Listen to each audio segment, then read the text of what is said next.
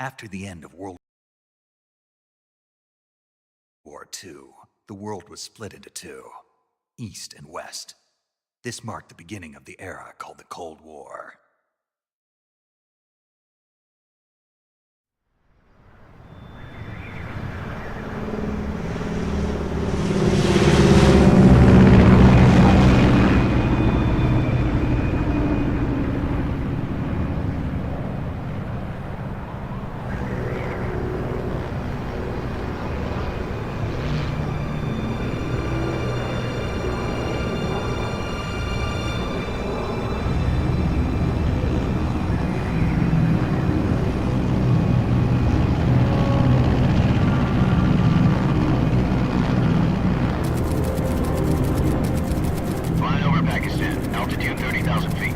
Approaching Soviet airspace. 20 minutes to drop off. Commencing internal depressurization.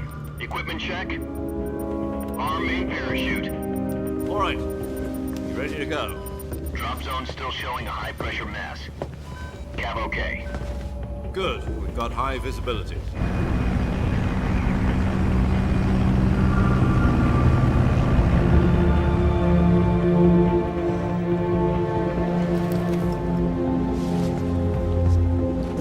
Put out that cigar. Connecting oxygen hose to interior connector. Put on your mask.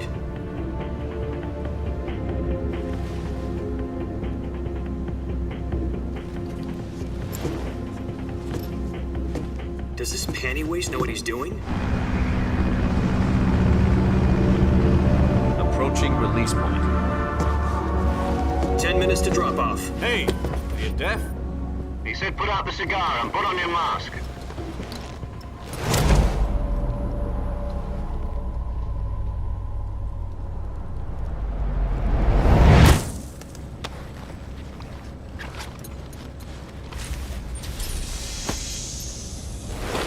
Depressurization complete. Checking oxygen supply. 6 minutes to drop off. Opening rear hatch.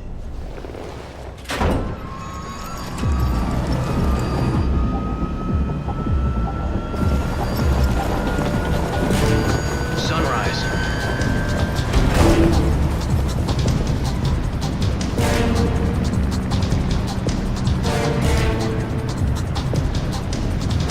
External temperature minus 46 degrees Celsius. 2 minutes to drop off. Stand up. You'll be falling at 130 miles per hour. Try not to get frostbite from the wind chill. 1 minute to drop off. Move to the rear. Activate bailout bottle. This is one for the history books. The world's first halo jump. 10 seconds to drop off. Stand by. Status okay. All green. Prepare for drop off. Countdown. 5, 4, 3, 2, 1. Spread your wings And fly. God be with you.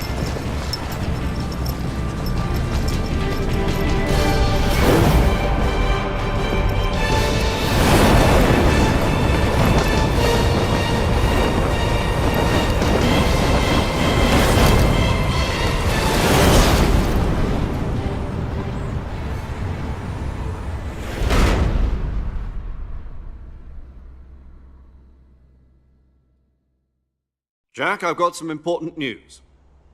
The head of the CIA has finally given us the green light for the Virtuous mission. Virtual mission? No, the Virtuous mission. The future of our Fox unit depends on it. If it succeeds, we'll be officially organized into a unit. Virtuous mission? Sounds like some kind of initiation ritual. You know, don't get cocky. This isn't a training op. Right. So what exactly is this wonderful mission? Well, about 2 years ago, a certain Soviet scientist requested asylum in the West through one of our moles. His name is Nikolai Stepanovich Sokolov. He's head of the OKB-754 Design Bureau, one of the Soviets' top-secret weapon research facilities, and the East's foremost expert on weapons development. Sokolov? Isn't he that famous rocket scientist? The very same. On April the 12th, 1961, the Soviets achieved the first manned spaceflight in history. The Earth was blue, but there was no God. Well spoken. The rocket that carried Yuri Gagarin into orbit was the A-1, known as the Vostok rocket. Sokolov is said to be the man most responsible for the multi-engine cluster used in that rocket. After Gagarin's flight, Sokolov left rocket development to become the head of the newly established Design Bureau. From a lowly technician to head of a design bureau, that's quite a success story, so why do you want to defect? It seems he'd become afraid of his own creations. Afraid? Call it a crisis of conscience. And for that, he left his country and his family behind and went over the fence? Not exactly. One of his conditions was that his family was also to be taken safely to the west. We used a mole to get the family out first and succeeded in sneaking Sokolov over the Berlin Wall shortly afterwards. I was the one who conducted the operation. The security on the eastern side was still full of holes back then. Then what? We got Sokolov over in one piece, but the whole ordeal had left him exhausted, and we checked him into a hospital in West Berlin. It took him 2 weeks and more than 600 miles to get from the research facility in the Soviet Union to Berlin. He was in no condition to say anything coherent. And it was only a week later that we had something much bigger on our hands. The Cuban Missile Crisis. October the 16th, 1962, President Kennedy received word that the Soviets were in the process of deploying intermediate-range ballistic missiles in Cuba. The President demanded that the Soviets dismantle and remove the missiles. At the same time, he announced a naval blockade to prevent further missile shipments from reaching Cuba. But the Soviets didn't back down, instead placing their armed forces on secondary alert. Soviet transport ships carrying missiles continued on course towards Cuba. US and Soviet forces went on alert for an all-out nuclear war. Frantic negotiations were conducted through the UN's Emergency Security Council and unofficial channels to end the hair-trigger standoff. Finally, on October the 28th, the Soviet Union agreed to remove its missiles from Cuba, and so the world avoided a nuclear holocaust. But in order to get the Soviets to pull their missiles out, we had to make a deal. You mean the one where the US agreed to remove its IRBMs from Turkey? No. The Jupiter IRBMs deployed in Turkey were obsolete, and we were going to get rid of them anyway. They had no strategic value whatsoever to either the US or the Russians.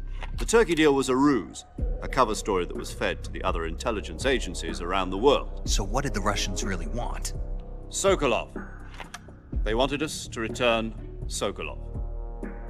You mean the Soviets pulled out of Cuba just to get their hands on Sokolov?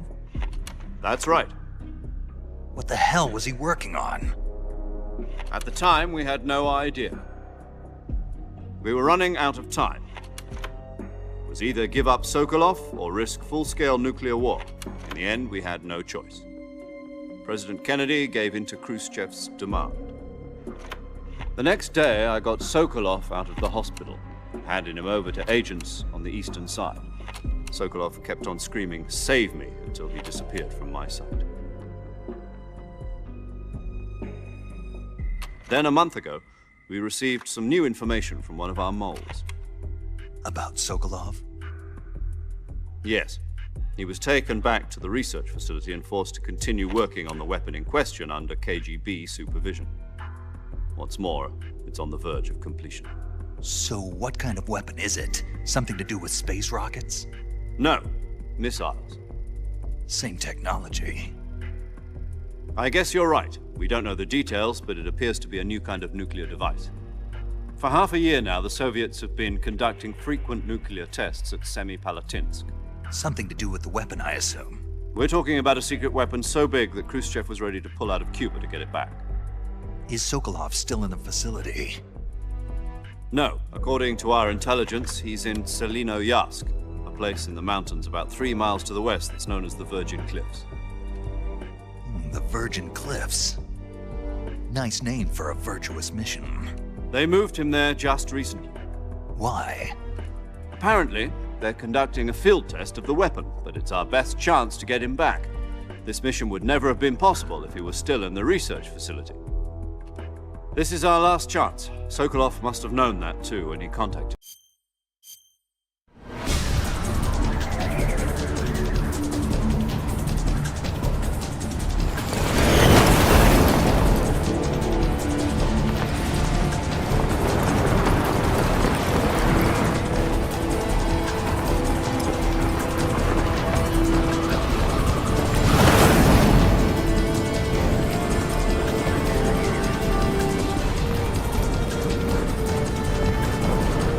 up, Jack. Your mission is to infiltrate Selino Yask in the Soviet mountains, ensure the safety of Sokolov, and bring him back to the west.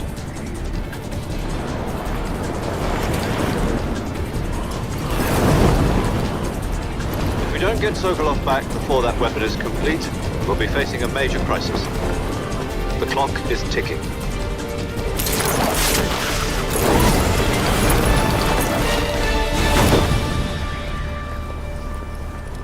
Once we've confirmed the rescue of Sokolov, stand by at the recovery point.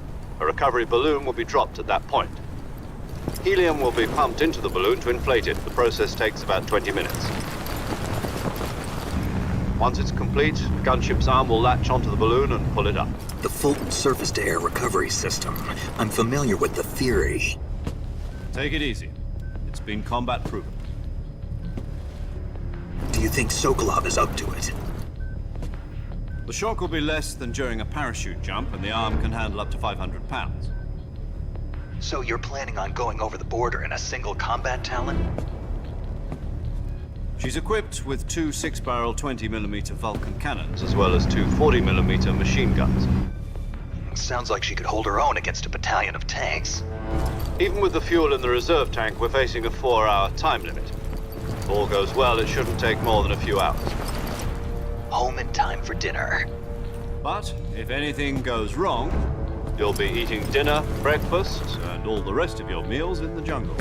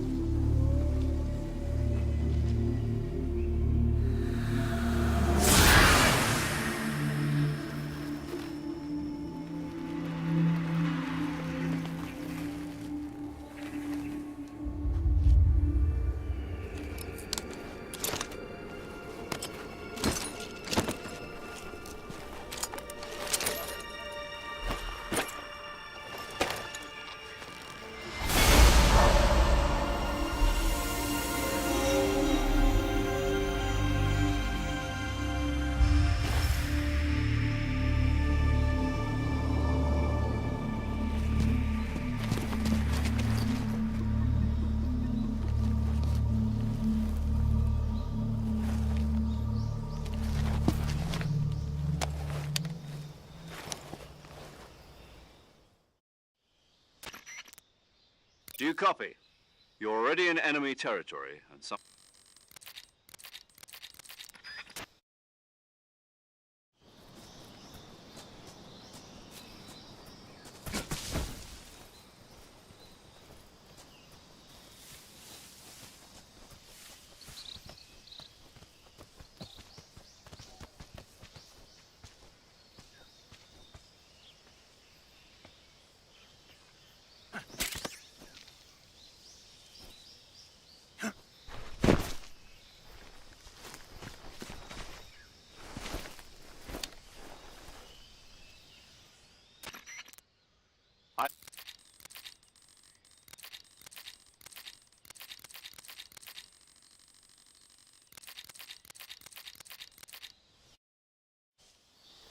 Snake, try to remember some of the basics of CQC.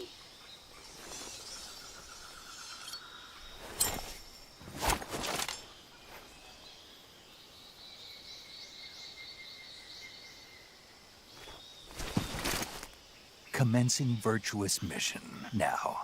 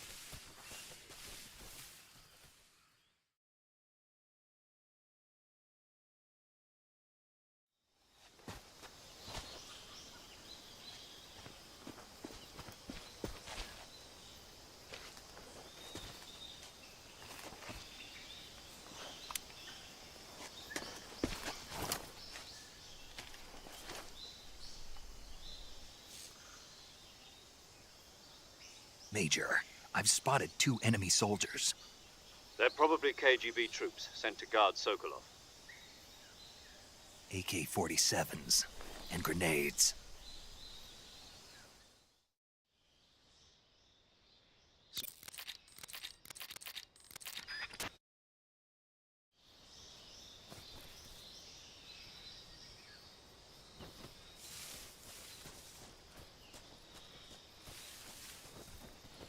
What the? Huh? Who's that?